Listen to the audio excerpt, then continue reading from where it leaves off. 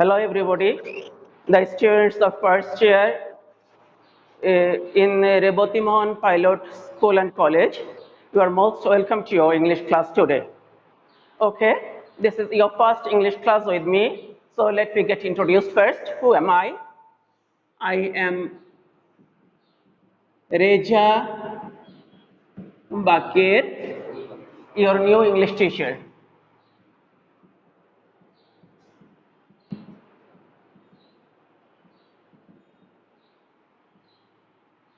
Okay, I am Reja Bakir, your new English teacher. Let me switch over Bangla frequently because it happens that sometimes you cannot get English at the very beginning. Later it will be clear. Okay, so আমরা যেটা করব সেটা হচ্ছে আমরা Bangla English language switch করে করে ক্লাসটা করব যেন বুঝতে পারি। আমি নিজের পরিচয় আগে দিয়ে দিলাম যেহেতু আজকে তোমাদের সাথে আমার প্রথম ক্লাস। আমি রেজা বাকের স্যার, ইংরেজি লেকচারার এই কলেজে, রেবতী মোহন কলেজে। Okay, and this is my cell phone number.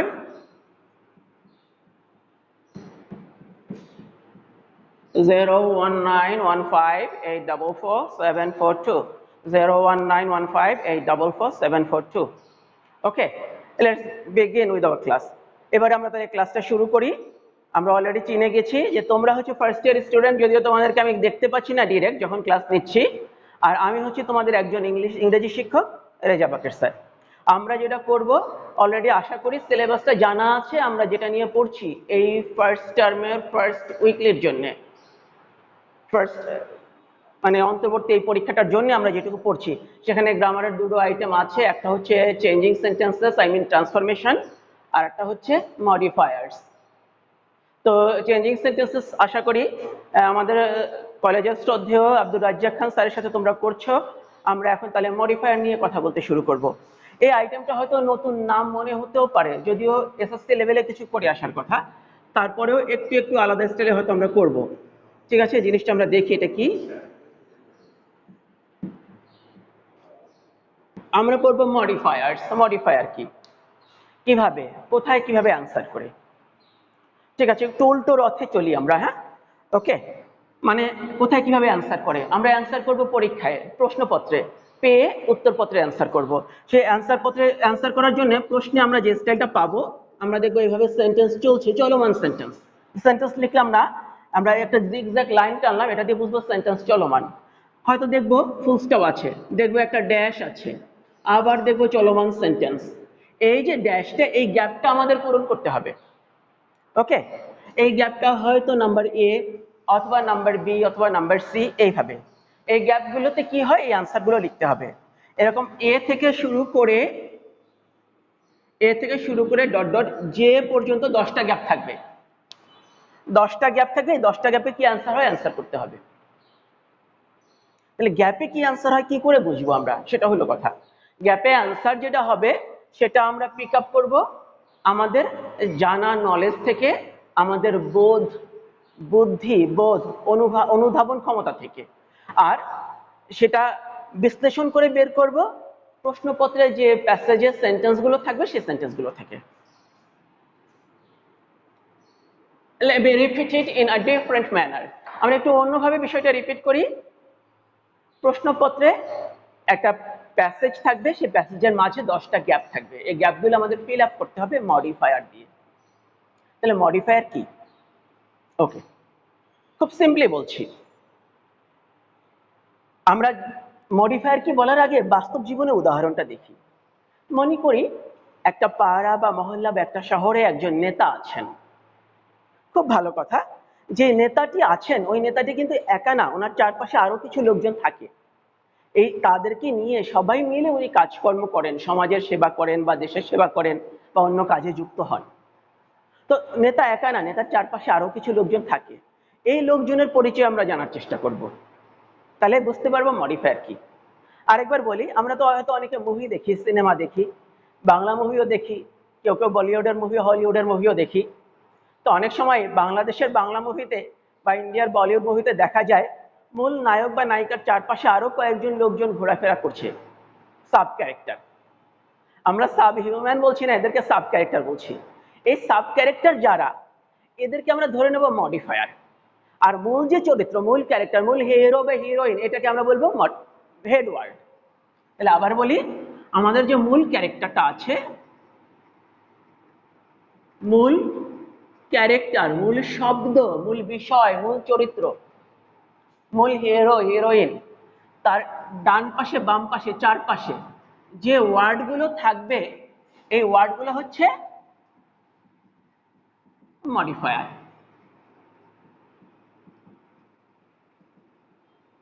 এই মডিফায়ার সহ মূল ওয়ার্ডগুলো মিলে একত্রে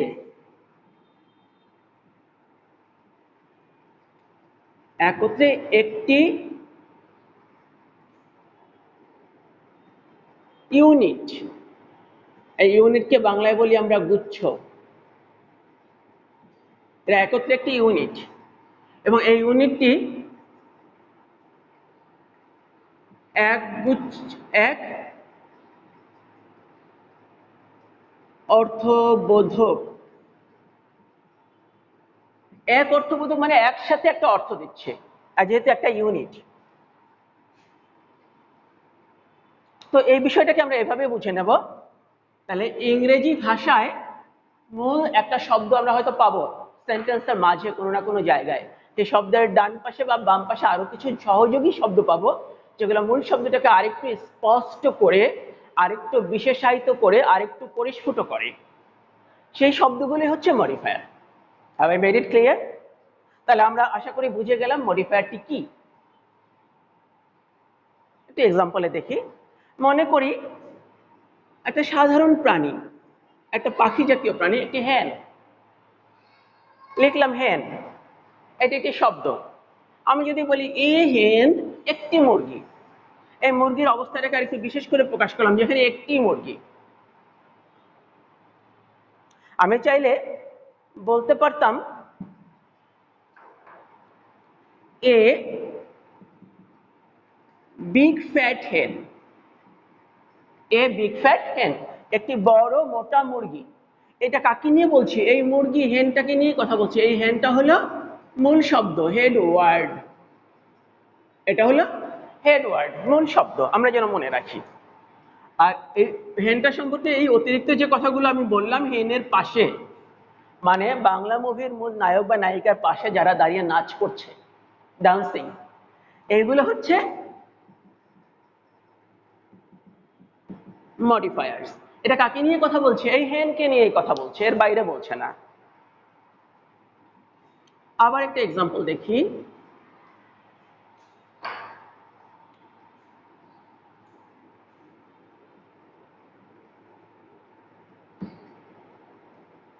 The trees giving fruits. The trees giving fruits are needed to be planted everywhere. বুঝে নেই, দ্য ট্রিজ গাছগুলো, উদ্ভিদগুলো, গিভিং ফ্রুটস যারা কিনা ফল দেয়, উদ্ভিদগুলো, যে উদ্ভিদগুলো ফল দেয়, আর নিডেড সেগুলোর দরকার হচ্ছে টু বি প্ল্যান্টেড, যেন রোপণ করা হয়, সেগুলো রোপণ করা দরকার এভরিহোয়ার। কোথায়? সর্বত্র, everywhere. The trees giving fruits are needed to B planted everywhere, মানে ফলবান বৃক্ষ সর্বত্র রোপণ করা দরকার। ভালো কথা। এখানে আমরা কাকে নিয়ে কথা বলছি? ট্রিজ, গাছগুলোকে নিয়ে, উদ্ভিদগুলোকে নিয়ে। এই ট্রিজ, এটা হলো এখানে মূল শব্দ, হেড ওয়ার্ড। এটি হলো হেড ওয়ার্ড। এই ট্রি সম্পর্কে আরো কিছু বৈশিষ্ট্য বলছি। এই গাছগুলো কি করবে? ফল দেবে, ফলবান বৃক্ষ, ফল দেবে, গিভিং ফ্রুটস। এইগুলো হলো মডিফায়ার। এগুলো হলো মডিফায়ার, কারণ এটি গাছ সম্পর্কে আরো অতিরিক্ত তথ্য দিচ্ছে, আরো বিশেষায়িত করছে, আরো বিশেষ কিছু স্পষ্ট করে প্রকাশ করছে গাছ সম্পর্কে। তাহলে ট্রিটা এখানে হেডওয়ার্ড, আর পাশে যেটা আছে এটা হলো মডিফায়ার, যা এই গাছকে আরো বিশেষায়িত করছে, আরো অতিরিক্ত তথ্য দিয়ে। ভালো কথা। আমাদের প্রথম ক্লাসের প্রথম অংশ প্রায় 10 মিনিটের মতো আমরা এটাই বোঝার চেষ্টা করলাম যে আসলে হেড ওয়ার্ডটা কি আর মডিফায়ারটা কি, যেন মডিফায়ারগুলো অ্যান্সার করা যায়। যেহেতু এটা আমাদের প্রথম class, you the students are always welcome to phone me. তো প্রিয় শিক্ষার্থীরা, তোমাদের সবাইকে আমি ওয়েলকাম জানাচ্ছি যে আমার সঙ্গে যোগাযোগ করতে পারো, আমাদের কলেজের সব টিচারদের সঙ্গে যোগাযোগ করতে পারো ইংরেজি ক্লাসের ব্যাপারে। যেইটুকু পড়াচ্ছি সেইটুকু বুঝতে যদি সমস্যা হয় সেটুকুর জন্য যে কোনো সময় ফোন করতে পারো। ফোন করলে ইনশাল্লাহ জবাব দিয়ে দেবো। আর কলেজে ক্লাস টাইমে ক্লাস চলার সময় ফোন করলে সুবিধা হলো এই যে তুমি একাই বিষয়টা বুঝতে পারছো না, বরং যারা বাকিরা ক্লাস দেখছে তারাও বুঝে নিতে পারছে। তো ফোন নাম্বারটা একটু আগে একবার দিয়েছি, আর একবার দেখাচ্ছি, 01915844742। এই নাম্বারে ফোন করলে ইনশাল্লাহ এই পড়ানোর বিষয়ে জবাবটা দিয়ে দেবো কোনো অস্পষ্টতা থাকলে। তা আমরা যেটা দেখছিলাম সেটা হচ্ছে মডিফায়ার। তো মডিফায়ার কি আমরা জানলাম, যা মূল শব্দের পাশে চারপাশে, আসলে উপরে নিচে তো সম্ভব না, যেহেতু ভাষা আমরা ডান থেকে বাম দিকে অথবা বাম থেকে ডান দিকে লিখি, ইংরেজি ভাষা বাম থেকে ডান দিকে লিখি। সুতরাং মূল শব্দের বাম পাশে ডান পাশে বা অব্যবহৃত একটু পরেও হতে পারে কখনো কখনো অন্য শব্দ বা শব্দগুচ্ছ থাকে, যারা মূল শব্দ সম্পর্কে অতিরিক্ত তথ্য দেয়, তাকে আরেকটু বিশেষায়িত করে, আরেকটু স্পষ্ট করে, নতুন করে পরিস্ফুট করে। এই শব্দগুলো হলো মডিফায়ার। তো যাই হোক, তাহলে আমরা প্রথমে জানলাম মডিফায়ার থেকে কার, মূল শব্দের। তাহলে এই হেড ওয়ার্ড মূল শব্দগুলো কি কি একটু দেখি। সেন্টেন্সে নাউন গুলো মূল শব্দ হিসেবে কাজ করতে পারে, ভার্ব গুলো মূল শব্দ হিসেবে কাজ করতে পারে, অ্যাডজেক্টিভ গুলো মূল শব্দ হিসেবে কাজ করতে পারে, আর অ্যাডভার্ব গুলো মূল শব্দ হিসেবে কাজ করতে পারে। এই চারটা নিয়ে কাজ করতে শিখলে বাকিটা আমাদের জন্য সহজ হয়ে যাবে। এর বাইরেও হয়তো আছেই, কিন্তু এইচএসসি লেভেলে এই চারটা নিয়ে কাজ করতে পারলে ইনশাল্লাহ আমরা এই মডিফায়ার প্রশ্নের সবগুলো উত্তর জবাব করতে পারবো ইনশাল্লাহ। তো যাই হোক, তাহলে কি কি বললাম আমরা, মূল শব্দ হিসেবে কাজ করে নাউন, ভার্ব, অ্যাডজেক্টিভ আর অ্যাডভার্ব। সংজ্ঞা জানার দরকার নেই, মুখস্থ করা লাগবে না সংজ্ঞা, কোনগুলো নাউন, কোনগুলো ভার্ব, কোনগুলো অ্যাডজেক্টিভ, কোনগুলো অ্যাডভার্ব। এই চারটা জিনিস বাসায় যে কোনো, নিচের ক্লাসের সমস্যা নেই, যে কোনো গ্রামার বই থেকে এই চারটা পার্সন স্পিচকে বুঝে নিও, যেন মানে এইটুকু বুঝতে পারো কোনগুলো নাউন হিসেবে কাজ করে সেন্টেন্সে, কোনগুলো অ্যাডজেক্টিভের ভূমিকা পালন করে, কোনগুলো অ্যাডভার্ব আর কোনগুলো verb.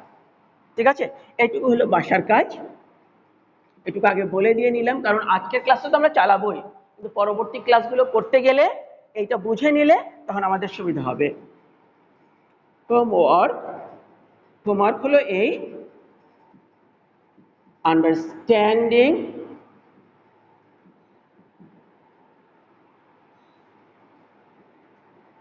four parts of speech.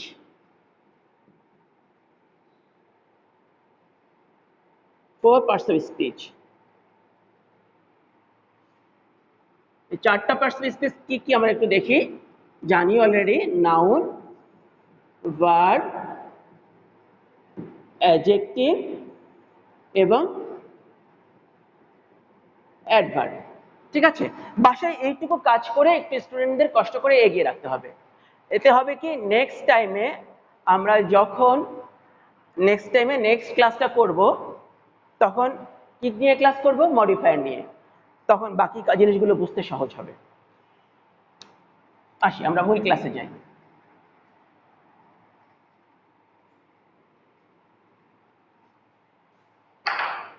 আমরা শিখছিলাম মডিফায়ার। তো মডিফায়ার কার হয় শিখছিলাম, সেটা হচ্ছে নাউনের মডিফায়ার, ভার্বের মডিফায়ার, অ্যাডজেক্টিভের মডিফায়ার, অ্যাডভার্বের মডিফায়ার। আজকে প্রথম নাউনের নিয়ে একটুখানি কাজ করব, নাউনের মডিফায়ার। তো নাউনের মডিফায়ার দেখার আগে এইটুকু দেখব, নাউনের বাঁ পাশেও মডিফায়ার থাকতে পারে, ডান পাশেও মডিফায়ার থাকতে পারে। বাঁ পাশ আর এটা হলো ডান পাশ, সহজে লিখলাম।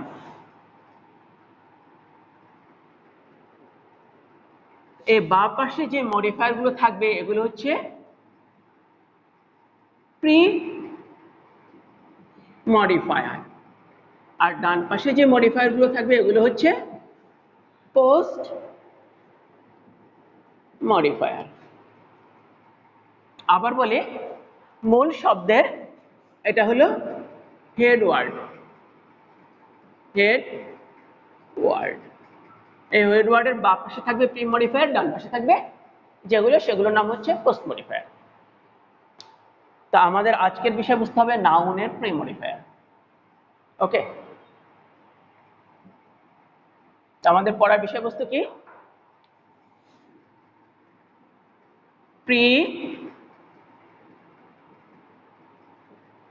modifiers of noun,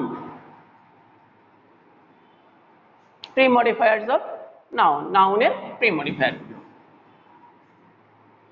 তা আমরা অলরেডি জানি নাউনের প্রি মডিফায়ার মানে নাউনের বাঁ পাশে গ্যাপ থাকলে, এটা একটা নাউন, মূল হেডওয়ার্ড হিসেবে নাউন আছে, তার বাঁ পাশে একটি গ্যাপ থাকলে সেই গ্যাপে যেটা দিয়ে পূরণ করব। ওকে, আমরা একটু এক্সাম্পলে যাই বোঝার জন্যে।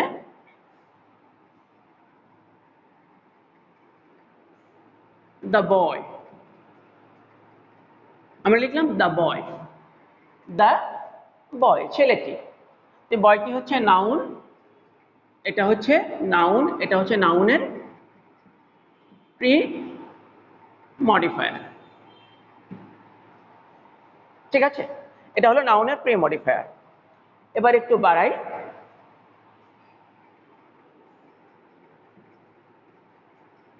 The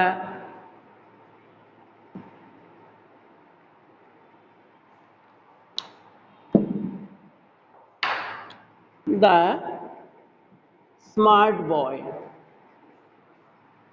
the smart boy. এখানে দেখতে পাচ্ছি দিও আছে, স্মার্টও আছে। এই স্মার্টটাও নাউনকেই বোঝাচ্ছে, এই দি দিয়েও নাউনকেই বোঝাচ্ছে। তাহলে এখানে দুটো প্রি মডিফায়ার, এই একটা এই একটা, দুটো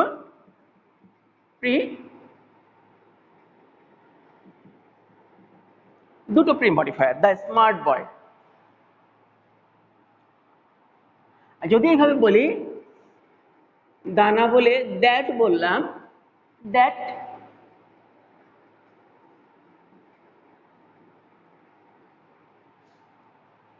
সহজ শব্দ ব্যবহার করি যেন বুঝতে আরো সুবিধা হয়। দ্যাট ভেরি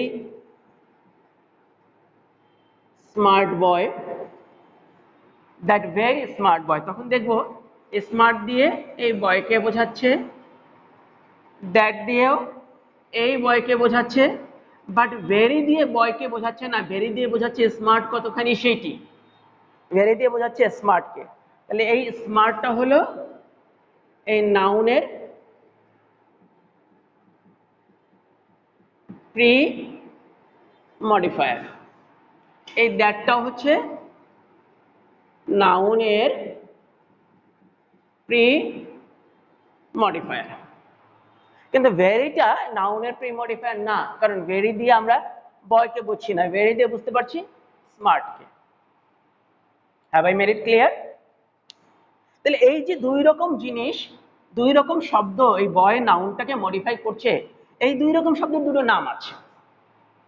এই নামটা হলো অ্যাডজেক্টিভ, এই নামটা হলো অ্যাডজেক্টিভ, এই পার্সন স্পেসটা হলো অ্যাডজেক্টিভ। অ্যাডজেক্টিভটা কি করছে? বয়কে মডিফাই করছে। এই দ্যাট বয়কেও মডিফাই করছে, এই দিটাও বয়কে মডিফাই করছে।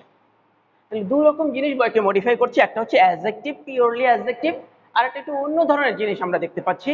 এই অন্য জিনিসটা কি এটা একটু ক্লিয়ার করি।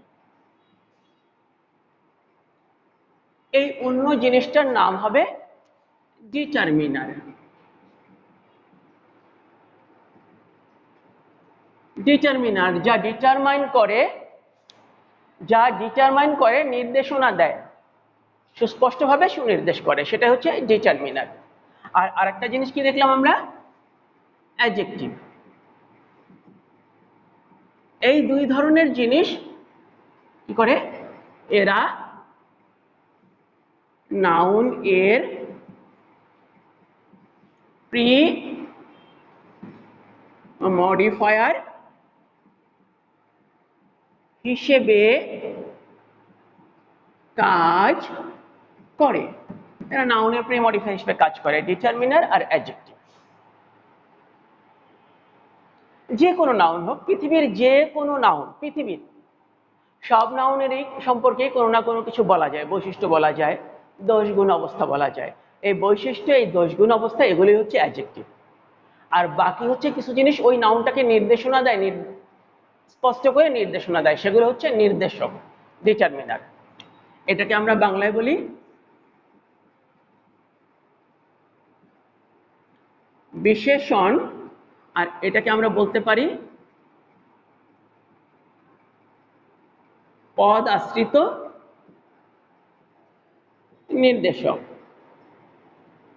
এই পদ আশ্রিত নির্দেশক কি অত কঠিন বুঝতে আমরা যাব না, যেহেতু বাংলা একটু বুঝি কম, আমরা ইংরেজি বুঝছি। এখন ইংরেজিটাই বুঝে নেওয়ার চেষ্টা করি ডিটারমিনারটা কিভাবে কাজ করছে। ওকে, let me write something on a board first.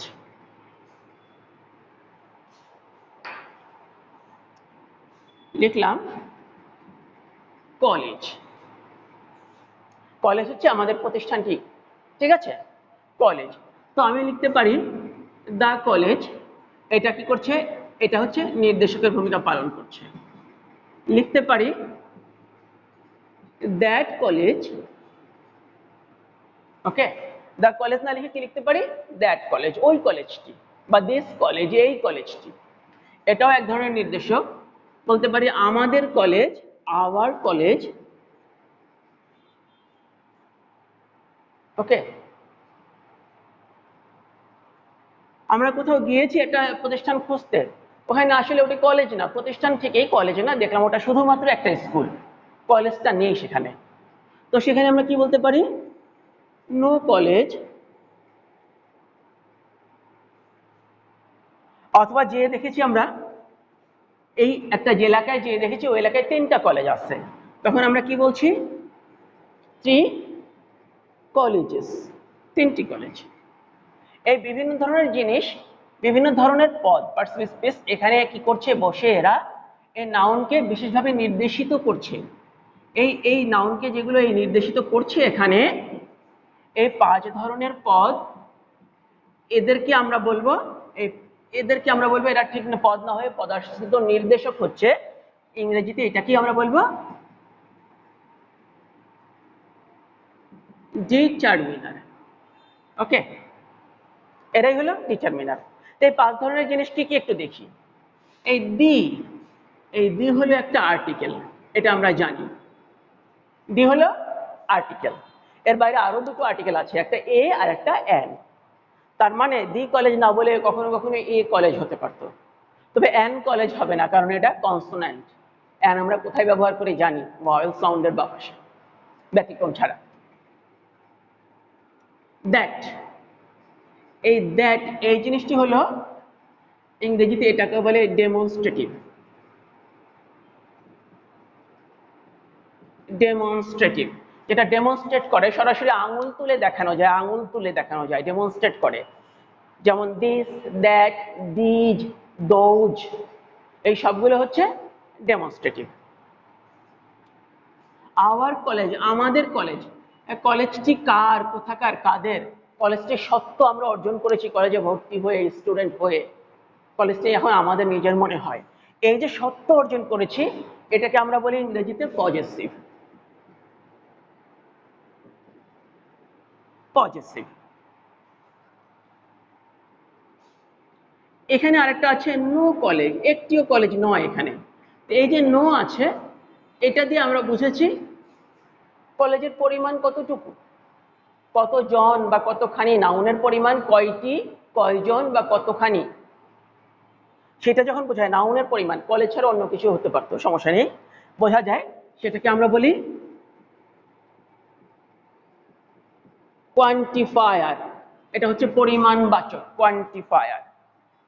আর একটা হচ্ছে সংখ্যা, এটা পুরোপুরি সংখ্যাবাচক, এটাকে আমরা বলবো নিউমেরাল। নাম্বার থেকে এসছে কথাটি, এটাকে আমরা কি বলবো? নিউমেরাল। তাহলে আমরা কি কি দেখছি? আর্টিকেল, ডেমনস্ট্রেটিভ, পজেসিভ, কোয়ান্টিফায়ার আর নিউমেরাল। 5 ধরনের জিনিস নাউনের বা পাশে বসে নাউনকে ডিটারমিনার হিসেবে মডিফাই করে। ডিটারমিনার হিসেবে মডিফাই করে। 5 ধরনের জিনিস ডিটারমিনার। কি কি? Article, demonstrative, possessive, numeral, quantifiers. Okay, আচ্ছা, তাহলে এবার আমাদের আশা করি মনে আছে প্রশ্ন অনুযায়ী উত্তর আমরা শিখছি কেন? পরীক্ষা খাতায় প্রশ্ন উত্তর করবো, এটা একটা বড় কারণ। আর সঙ্গে সঙ্গে একটা পার্শ্ববর্তী কারণ হচ্ছে আমরা ইংরেজিটা শিখবো, জানবো। এই 5 ধরনের প্রশ্ন এলে আমরা কি অ্যান্সার করব? আবার দেখি প্রশ্ন কি করে আসবে। এটা মনে করি চলমান সেন্টেন্স, এই যে জিগজ্যাগ লাইন, মনে করি এটা একটা গ্যাপ, আবার সেন্টেন্স চলমান, কোথাও হয়তো ফুল স্টপ আছে, এই রকম। তো এই গ্যাপে আমরা অ্যান্সার করবো। মনে করি এই কোশ্চেনটা, এটা হচ্ছে কোশ্চেন নাম্বার ডি। এই গ্যাপের পরে একটা ব্র্যাকেটের মধ্যে কি করতে হবে সেটা বলে দেওয়া থাকবে। হয়তো বলবে মডিফাই দ্য নাউন, নাউনটাকে মডিফাই করো উইথ অ্যান আর্টিকেল। কি ব্যবহার করবে সেখানে? আর্টিকেল ব্যবহার করো। আর্টিকেল ব্যবহার করে নাউনটাকে মডিফাই করো। ওকে, আমরা যদি দেখি হি ওয়াজ ড্যাশ, এখানে gap, excellent performer. He was dash excellent performer. ঠিক এইখানে এই প্রশ্নটা আছে, modify the noun with an article. তাহলে এই নাউনটাকে আমরা মডিফাই করবো আর্টিকেল দিয়ে। নাউনটা কোথায় খুঁজে বের করি? কাকে নিয়ে বলছি? হি। এই হিটা কে? হি হচ্ছে একজন পারফর্মার। হি কে? পারফর্মার। এটা হলো আমাদের হেড ওয়ার্ড নাউন, মূল নাউন। এটা হচ্ছে হেড ওয়ার্ড নাউন, মূল নাউন। ওকে, আর এই গ্যাপের মধ্যে আমাকে বসাতে হবে একটা আর্টিকেল। কি বসাতে হবে? আর্টিকেল। তো পারফর্মারের জন্য আর্টিকেল কি দেবো? এ এন দি? না, এখানে দি দিয়ে নির্দিষ্ট করে কিছু বোঝাচ্ছে না, তাহলে এ অথবা এন। ঠিক লক্ষ্য করতে হবে এবার আর্টিকেলের নিয়ম অনুযায়ী এর পরে ঠিক যে ওয়ার্ডটা আছে এক্সেলেন্ট, আর্টিকেলটা কিন্তু পারফর্মারের জন্য। কিন্তু আর্টিকেল কোন স্টাইলে হবে সেটা বিবেচনা করার জন্য আমাদের পরের ওয়ার্ডটাও দেখতে হবে। এক্সেলেন্ট, এটা ভাওয়েল সাউন্ড, ভাওয়েল সাউন্ড, এটার শব্দ উচ্চারণ হচ্ছে ভাওয়েলের মতো। তাহলে আমাদের অ্যান্সার হবে এন। আমার এই ডি নম্বর কোয়েশ্চেনে অ্যান্সার করলাম N. He was an excellent performer. এই কথাগুলো যেন মিশে না যায়, একটা দাগ দিয়ে আলাদা করে দেই। হি ওয়াজ অ্যান এক্সেলেন্ট পারফর্মার, এখানে আমাদের অ্যান্সার হলো এন। কোথাও এরকম ছোট্ট অ্যান্সারই হবে, কোথাও হয়তো এত বড় একটা অ্যান্সার লাগবে। আমরা আস্তে আস্তে শিখে যাব ইনশাল্লাহ। তাহলে আমরা যেটা দেখলাম, আর্টিকেল এলে অ্যান্সার করতে পারি তিনটা, তিন রকমের, যে কোনোটা যেটা অর্থবোধক এবং সঙ্গতি বাচক, মানে সঙ্গত বলে মনে হয়, সঙ্গতি আছে। তাহলে আর্টিকেল এলে আমরা অ্যান্সার করি কি? হয় এ অথবা এন অথবা বি। যদি প্রশ্নের ডেমনস্ট্রেটিভ আসে, আজকে যদি সময় থাকে, সময় থাকার সাপেক্ষে এই সবগুলো ইনশাআল্লাহ আমরা প্র্যাকটিসে যাব। সময় না থাকলে অ্যান্সারগুলো মনে মনে মুখস্থ করে নেব, যেন পরবর্তীতে পরীক্ষার খাতায় সহজে অ্যান্সার করতে পারি। যদি প্রশ্নে লেখা থাকে ডেমনস্ট্রেটিভ, তাহলে অ্যান্সার হবে এই চারটার একটা, হয় দিস অথবা দ্যাট, নইলে এই দুটোর প্লুরাল নাম্বার, দিস অথবা দোজ। তাহলে ডেমনস্ট্রেটিভ এলে আমাদের অ্যান্সার কি? This, that, this, those. Positive যদি প্রশ্নে আসে, তাহলে আমরা মনে মনে প্রশ্ন করব এটার অধিকার বা সত্য কার, কাহাদের। এটা সত্য কার বা কাহাদের, সেই রকম শব্দ। যেমন একটা কলম, এই কলমটি কার? আমার, মাই। তাহলে অ্যান্সার কি দাঁড়ালো? মাই। তাহলে অ্যান্সার হতে পারে মাই। যদি আমাদের হয় অ্যান্সার হতে পারে আওয়ার, যেমন আওয়ার কলেজ। অ্যান্সার হতে পারে ইয়র, তোমার বা তোমাদের। অ্যান্সার হতে পারে হিজ, তার বা তাদের, তার, যিনি যদি পুরুষ হন। যদি মহিলা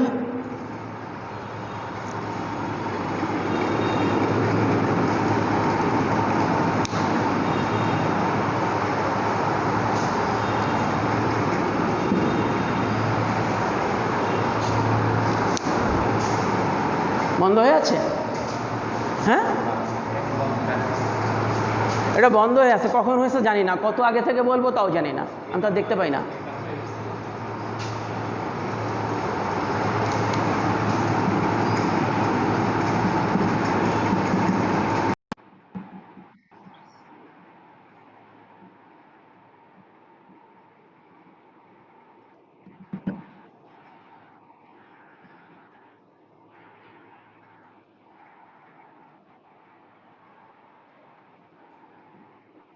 ঠিক হলে বলেন। হ্যাঁ,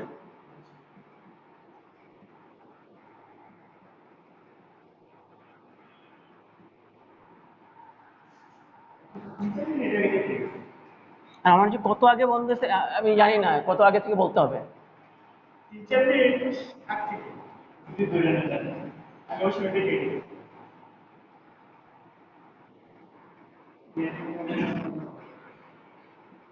যে নেটের জন্য বন্ধ হয়।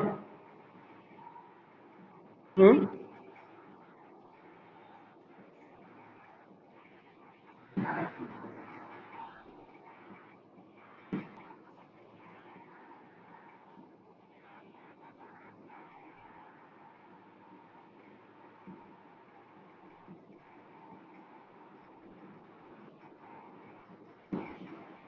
ঠিক হলে বলেন। এই ক্লাসটা শেষ করবো কখন তাও তো বুঝতে পারছি না, পরে ক্লাস টাইম হবে।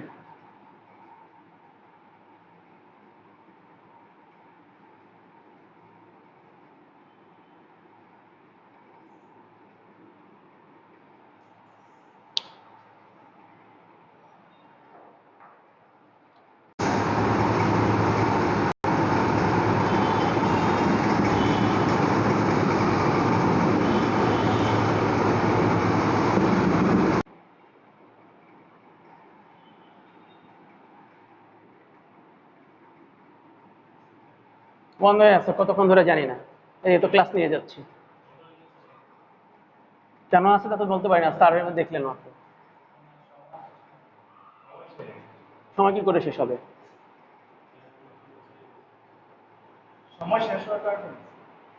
ক্লাস তো আমি শেষই করতে পারলাম না, অন্তপক্ষে বলে তো দিতে হয়।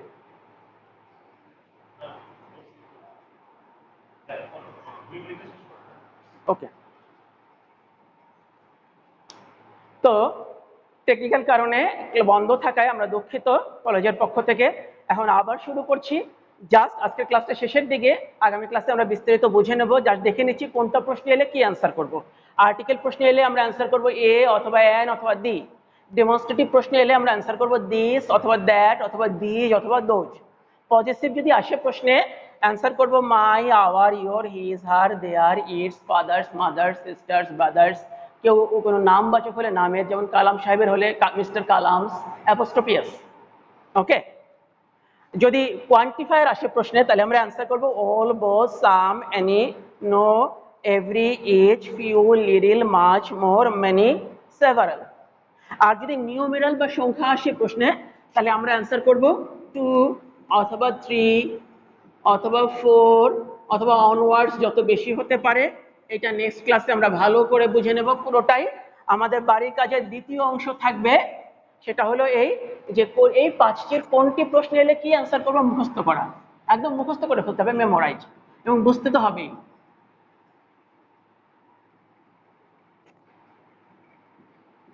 পাঁচটি ডিটারমিনার যে আছে এ প্রশ্নের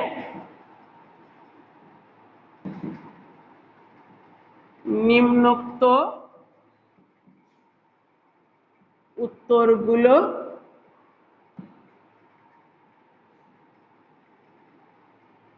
মুখস্থ করা। ওকে, এবং অবশ্যই বুঝে ফেলা। এই পাঁচটি যা যা আছে, পাঁচটি ডিটারমিনারের প্রশ্নের উত্তরগুলো মুখস্থ করে ফেলা। বুঝতে সমস্যা হলে আমরা আবার সলিউশন নিয়ে আসবো, কোনো সমস্যা নেই। এবং ফোন নাম্বার তো দেয়াই আছে, ফোন করলে যে কোনো সময় জবাব দেব, যে কোনো সময় বাসায় বসেও জবাব দিই, সবসময় দেই, কোনো সমস্যা নেই। তো সবাই ভালো থেকো, সবাইকে ধন্যবাদ জানিয়ে শেষ করছি। Have a good day.